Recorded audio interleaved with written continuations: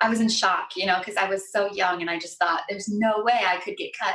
But if I get cut, I was sure it was going to be in hip hop. And that was the Right. first day. And so I'm like, I got this.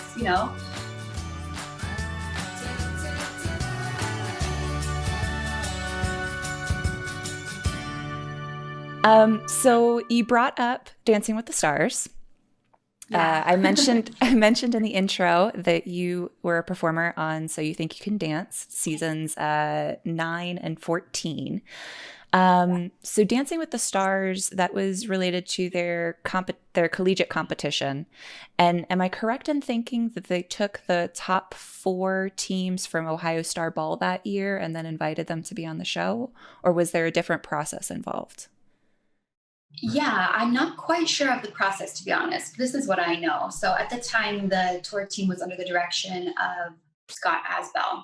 And I think essentially they had called, Dancing with the Stars had this production idea to host this competition for the formation teams. And I think they might have picked them from Ohio Star Ball, but our team had actually never been to compete at Ohio Star Ball. Our backup Okay. team always does. So I think they might have gotten word that we did have a team and they contacted us that way. But yeah, they called Scott and they said, we're interested, please send us an audition tape. And so we, as dancers on team, actually had to audition to be on the audition tape. Oh, wow. And so he said, if you're interested in being on this team, bring your best, show me, kind of 30 seconds of an audition. And so,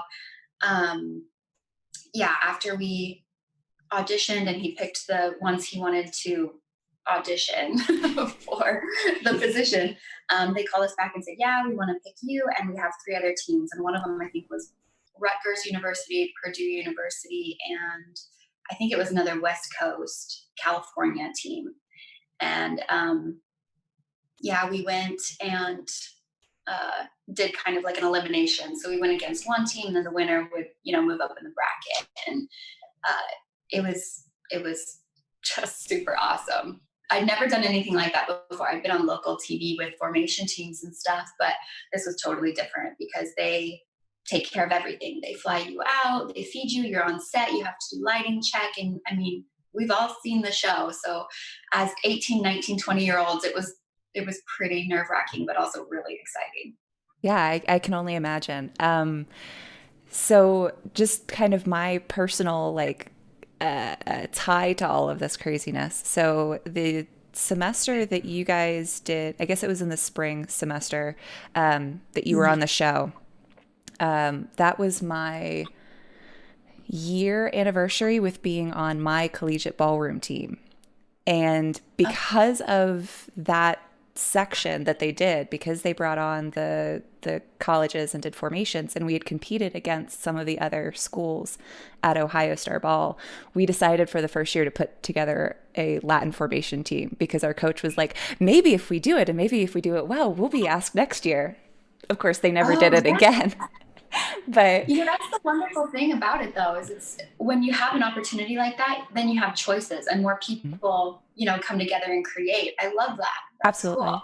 And it was a big push, at least for our collegiate program, to really think about, okay, is the formation idea something that we want to do, because we had never done it before. So it was just Right. fun to see kind of how all of that links up.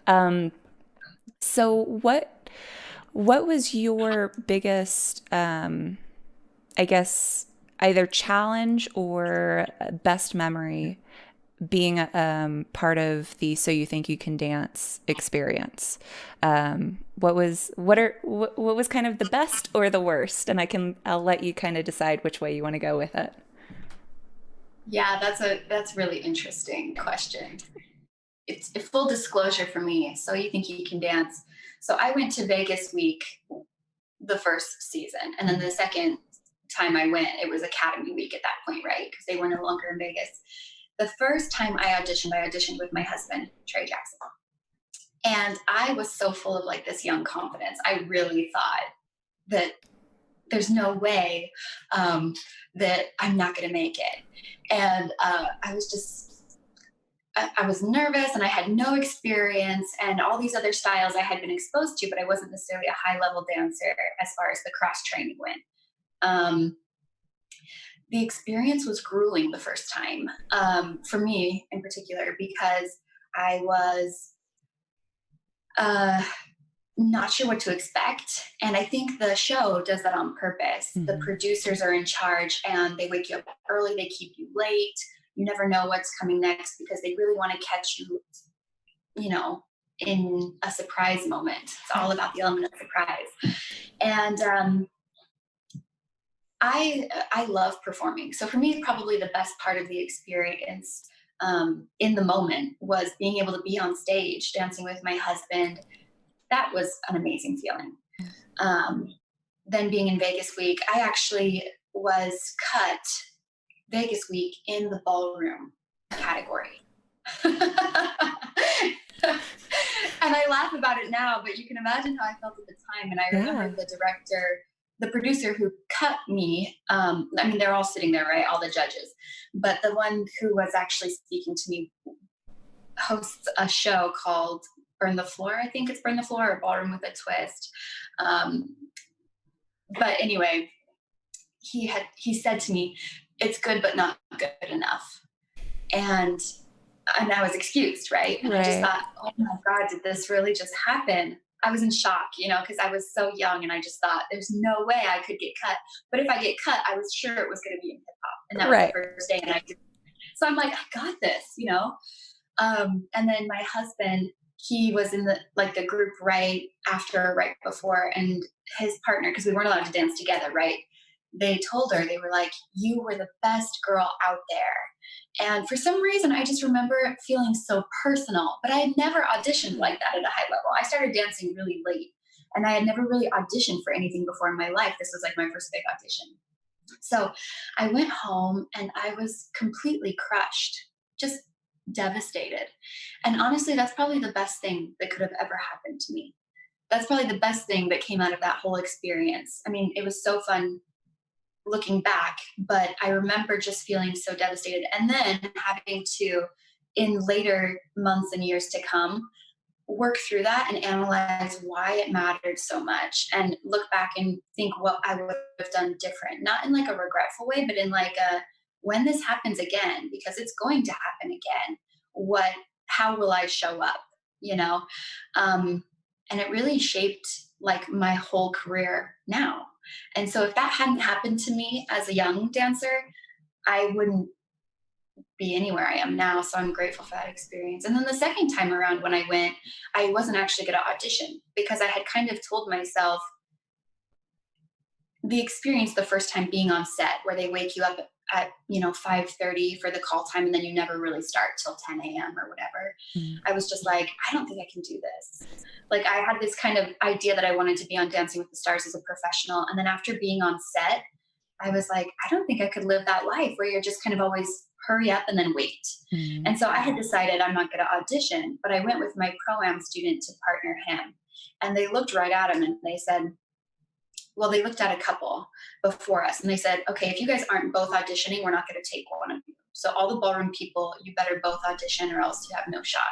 And I'm here with my student who is so talented and worthy to be on the show. I mean, really, he should have made the show. Mm. And so I just decided, okay, fine, I'll audition because at this point I have nothing to lose. I've been here before.